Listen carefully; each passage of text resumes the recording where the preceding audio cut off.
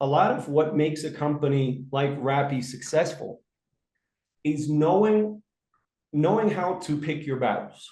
You have to know sequentially which cities that you want to invest in first, before you start to accidentally waste money.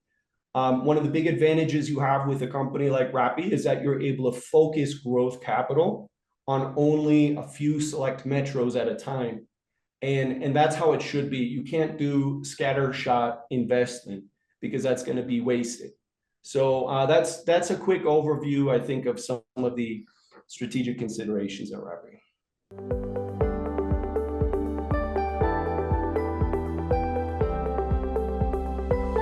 Welcome to this episode of Ventures with David.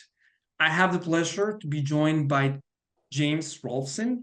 He is a data scientist with amazing experience working in probably the first unicorn in Latin America, Rappi. But also, he's not a data scientist. He has come from the world of venture capital in Greycroft and has worked in multiple technology companies, which gives him a seasoned vision of how to use data science, Gen AI, and machine learning, and how to integrate those tools into product. Welcome, James. What a great conversation we're going to have. Thanks, David. Appreciate you having me on. Did I miss anything? No, I mean, I think that was a really great short overview. So I appreciate it. Amazing. To kick things off, could you share with us your journey into data science and AI? Part of that work, I really wanted to seek out and find the most exciting research group I could possibly find on my campus. And this was a huge, kind of epiphany moment for me. Besides your coursework, you have to find that place where you can really, truly learn and be exposed to completely new ideas, completely new modes of thinking. And ideally, you would find a place where you have unique value. And so obviously there's a lot of overlap between hard problems of data science and hard problems of computational social science. And so because of that, I started to migrate in the direction of machine learning. And I guess for me, the rest is history. That being said, there's several different companies that I worked at prior to coming to Rappi. And in the companies that I joined, I was very intentional about trying to join companies where I would be able to learn and grow and be given challenges, more and more complex challenges that I hadn't been exposed to before. And so from my perspective, when I'm talking to younger data scientists or younger technologists who are looking to start to build and grow their career, I'm not going to discourage anybody from pursuing a PhD, but I would say be keenly aware of your opportunity costs. Because if you spend 6 years working on a PhD, that's 6 years that you couldn't have been working on something else or a greater diversity of things. So there's huge trade-offs. I had the opportunity to study for a PhD, but I decided not to do that. I was very intentional about focusing on leveraging industry as much as I could for my education. And I have exactly zero regrets about that decision. So I think when you're looking at what companies you want to join and how you want your career to evolve, you really need to be able to focus on kind of answering the question, how do I diversify the tools? And eventually that led me to working at Greycroft and working at Rappi. And so brief note about Greycroft. Greycroft is it's one of the top 3 largest VC firms in Los Angeles. And they have over 2 billion assets under management. And I got connected to Greycroft through a mutual friend. And he connected me to one of the investors at Greycroft. And they had an ambitious objective. They wanted to be able to synthesize data from many different data sources, and they wanted to be able to create an objective view for their investors on the entire universe of startups. And so this is, of course, grand, and this is extremely ambitious, but this is what they were wanting to work towards. And so I got connected with them. I made a prototype. They really liked the prototype. and I worked with them for about 2 years. And I have, great contacts and great friends from that experience. So I really enjoyed my time at Greycroft. Later on, like I think something that's important to note here is that your network, like I think everybody who goes to Stanford knows the value of network. So I don't want to speak to the I don't want to preach to the choir, as it were. But the thing is, like, definitely keep in mind that no matter how awesome you are or how awesome your resume is, it's ultimately going to be the people who know you and who trust you and who can vouch for you, who are going to help you find those exponential opportunities that you want. So for me, that was definitely a story of that case. Like, there's no way I would have gotten connected into Greycroft in the right way if it weren't for one of my friends who was a YC founder. That's just a brief kind of overview there. Later on, I worked at a few more startups, but then I got a chance to meet one of the executives at Rappi. And this was an executive who had previously worked at DoorDash. And Rappi was going through kind of a process of trying to modernize some of its systems and trying to adopt some of the learnings that you have DoorDash. And so they actually hired a handful of execs from DoorDash. And so I impressed the right people. And sometimes you don't know when you're impressing the right people or when you could impress the right people. But for me, I impressed the right people when I was explaining the work that I was doing on a different startup. It was personalization work that I was doing at a startup, which was a book club subscription service. And so through that's how I got my foot in the door with Rappi. And at Rappi, I served as the global head of data, where I was responsible for data engineering, data science, and machine learning. So that was a wild ride. And now Rappi is a chaotic place where things move very fast. And, some things are going well, some things are going bad, like you're existing in a place of constant flux. And for me, it was just super exciting. So like sometimes the opportunities that you get in life, you really have to grab on with both hands, and you really have to ride it out as much as you can. So Rappi became my life. Like Rappi was absolutely my life. I don't want to quote to you how many hours I was working a week, but like I remember weeks where I had more than 60 meetings per week. And these weren't just 15-minute meetings, right? So I got my fill of being exposed to, like, what does it mean to be an executive or to have an executive role? And so for younger people, when you're trying to reach out to somebody who's an executive and you don't hear back from them, it's just because they're really goddamn. Right. So I would just say nobody should feel bad about that. So we did a lot of exciting things at Rappi, and I could discuss that a little bit. But that was a awesome adventure for me, and I'm very happy to be exploring my next chapters. That's amazing. You give me such a rich question, and something that is calling my interest on what you answer was that you didn't only respond to the question, but you give so much useful advice. For example, the way that you describe your experience doing research in the university, becoming a hub for others, which probably translated later into your jobs, becoming a helper of others, right? Yeah. One, two, the warning on doing a PhD. It's like you saw my future, because previously coming to Stanford, I was thinking, oh, I should do a PhD, right? But the warning you just released is probably very useful for people who are considering to do the same. Here in Stanford, we're very geared towards science, and it's very natural to become sort of a bias by academia. Academia is great, we agree, right? But the cost opportunity is huge. And you don't realize that after probably mid the PhD trajectory. So I totally agree with that. Among the other things you said, I think it's fantastic that you have both views, working in the startup and at the same time working in venture capital.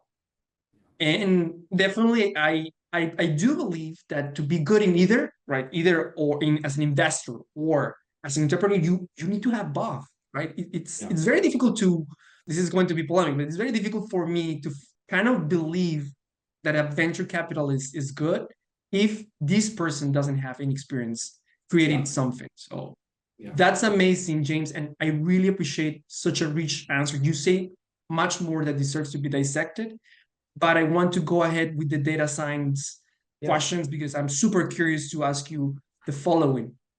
For example, in Rappi, your teams were probably combining information data about the trends and the customers of several countries, right?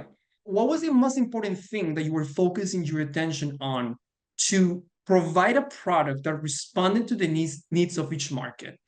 So at Rappi, we operated across 9 countries, and each country has dramatically different mechanics. Because in one country, maybe Rappi has no competition and we can just dominate the market. Maybe in another country, we have 6 competitors, and so we have to use an entirely different strategy. Maybe in one country, we're considered the premium offering. In another country, we're considered the economic offering. Like there's all these different kind of like dimensions. Like there's all these different ways that Rappi can exist as a company in these different countries. And so because of that, what it means is that we have this multiplicative complexity that exists in Rappi, where you have 9 different countries, which require 9 different strategies, but you also have several different verticals, somewhere on the order of 5 different verticals. So either we're delivering groceries, or we're delivering restaurant food, or we're delivering, prescriptions, or there's many different things that we deliver. So the point is, this creates a matrix, and this creates a matrix where you have, as I said, multiplicative complexity. So it just means that Rappi is not just one business, and it's not just 5 businesses. It's something on the order of 25 businesses. And so because of that, it just meant that it required deep awareness to know how each country operated differently and what our advantages were in one country versus another. And how I break this down, or how I would describe the most central and important concept that a company like Rappi has to get right is you have to understand ecosystem level mechanics. You have to understand that, because a company like Rappi, which again, for those who may not know, it operates kind of like it's an Instacart, it's a DoorDash, it's a Venmo, it's a many things put together, but it's our ecosystem at each city level, at each metro level, that is very important. And so like when we were growing in Mexico, for an example, like you have to treat a new market, a new city, different from a city where you've existed for 3 years, because the mechanics are different. You have to build trust, you have to build all kinds of things. And so we talk about this from the context of building the flywheel. But the trick is building the flywheel within each city. Like you're going to be at a different stage of development, different stage of maturity in each of these cities. And so a lot of what makes a company like Rappi successful is knowing how to pick your battles. You have to know sequentially which cities that you want to invest in first before you start to accidentally waste money. One of the big advantages you have with a company like Rappi is that you're able to focus growth capital on only a few select metros at a time. And that's how it should be. You can't do scattershot investment, because that's going to be wasted. So that's a quick overview, I think, of some of the strategic considerations at Rappi. It sounds that in that work of targeting the most strategic battle, you need to have a vast amount of knowledge in your mind on each ecosystem, as you said. Like you need to understand what the mechanics down there. I want to ask you, and I want to connect that idea with the emergence of generative AI. And I want to ask you now, do you think that generative AI is transforming the way managers are understanding that ecosystem? Like, do you think that managers are interacting, for example, with OpenAI's products, or they're delegating that? What is your thoughts about that? Is it useful or not? So I was the first to introduce LLMs into Rappi. And prior to Rappi, I had operated with LLMs in at least 2 other companies, including Greycroft. And so I'm at the point certainly now where I have a decent view, I think, of the industry applications of LLMs. That being said, I would say there's front-end opportunities and back-end opportunities for implementing LLMs. I think there's like having in your mind these 2 categories of applications is important because you have to decide as a company when you're starting to dip your foot into using LLMs or Gen AI, you have to figure out where to start and then what does that roadmap look like. And so front end use cases might be something like, okay, we're going to automate some percentage for our customer service activities. Back end use cases may look like, okay, we have this data, we have this metadata that we use that feeds into our machine learning models, and the quality of the metadata is poor. Is there something we can do to enrich the metadata? And almost all the time, the answer is yes. Oh, sorry, there's... Love metadata. That's good. So look, like the trick is some of the biggest ways that LLMs can deliver value to companies is not the obvious front-end applications. There's a lot of ways that you can dramatically improve existing internal systems using LLMs. So what I would generally advise to companies who want to get into Gen AI is I would say, look, there's of course a lot of user-facing use cases that you can imagine and you can think of, but start with the internal systems first. Think about the ways that you can create and deploy cognitive processes in a way that makes decisions more intelligent or more efficient or faster inside of your company. So I would say focus on that first and foremost. But then after, as a company, you've done a few cycles to be able to know, okay, this is how we productionize LLMs. This is how we're going to operate. This is how we're going to log the activity so we can monitor our expenses. Once you've done that, then it becomes a lot easier to start to build for and deploy for front-end applications. So basically, you're saying that big opportunities, to synthesize what you were saying, are using Gen AI to optimize the productivity of organizations.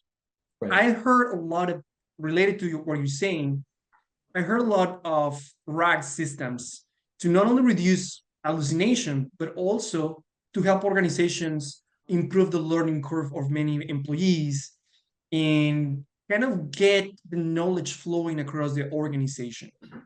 Would you say that RAGs effectively reduce the cost or the risk of hallucination, while at the same time effectively improve the learning curve of new employees or connect, for example, product, data, and engineering teams? Short answer is yes. The trick is there's a million ways to implement RAGs. And like just give a very concrete use case in this case, like with a company like Rappi, you have a situation where you have many different pieces of technology all moving at the same time. And so you have tons of documentation. And the truth is no one human can read all of that documentation. And so it becomes very meaningful if you're able to create a RAG, which is able to operate in such a way where you're able to very quickly answer questions, internal questions. Engineers are able to self-service. I think one of the biggest changes that you're going to see happen over time is that there's going to be more and more self-service. So like what is the value of Gen AI in industry? The answer is self-service. It's self-service externally and it's self-service internally.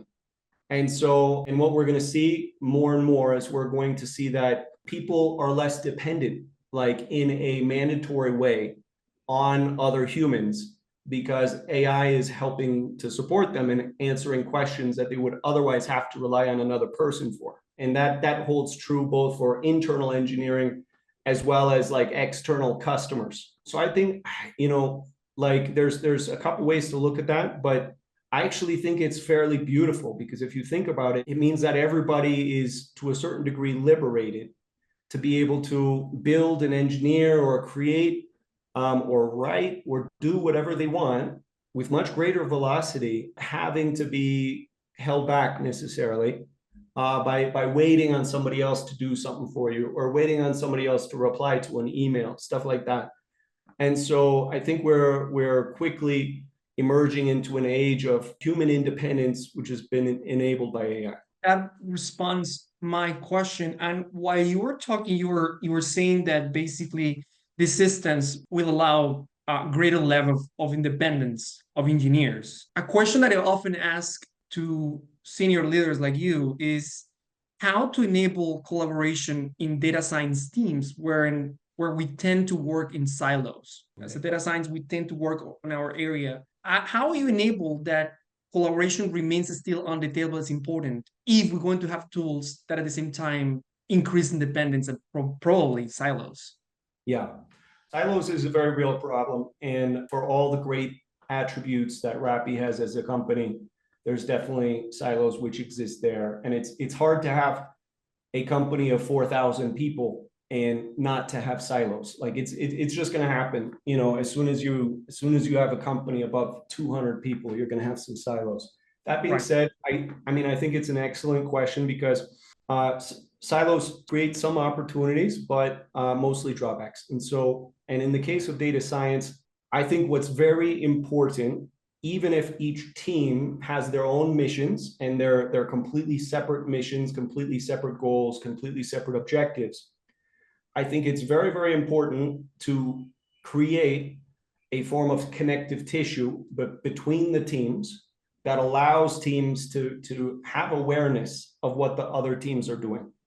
Because especially at a larger company, it just means that like you get to a point where people are starting to operate on islands. And that's a problem because a lot of times these people on different islands are making the same thing, or they're trying to make the same thing. And one has different insights than another. And it's like, okay, if these two groups of people just spoke a little bit more, then they would have understood they're working on the same things and they're trying to solve some of the same issues. And they could actually collaborate on that instead of doing redundant work. So that being said, like there's a couple of easy ways. There's a couple of things that you can do to start to build that connective tissue between the teams. And one of those things is a regular show and tell. So perhaps once every 2 weeks or once every 3 weeks, you have a show and tell where you have everybody in the data science teams join. And one of the teams is tasked with being able to kind of give an update on what they've been working on lately. What are the things that they've learned? What are the best practices they've adopted? And then the rest of the team members are able to ask questions about that project. So that's one like tangible example of what can be done to start to build that connective tissue between silos. Yeah, it sounds that, of course, managers need to have an intention of building that connecting tissue. And that's super important because when you don't have awareness of projects A, team A project and team B, right, you can fall into duplicates or the sort of missed efforts. Yeah. I would like to close our interview with suggestions for my peers at Stanford.